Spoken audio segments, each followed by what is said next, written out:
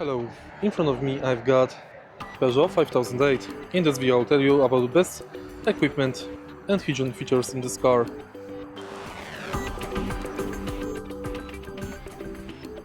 Let's start with flat folding second row and third row seats.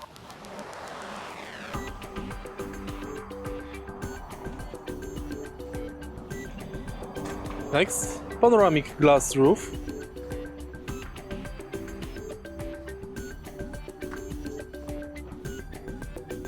Head-up display in Allure trim. Multi-storage cabins and cooled glove box. Some trims also are equipped with rear sound lights and aircraft style tables. If you find this video helpful, please leave like, comment and subscribe.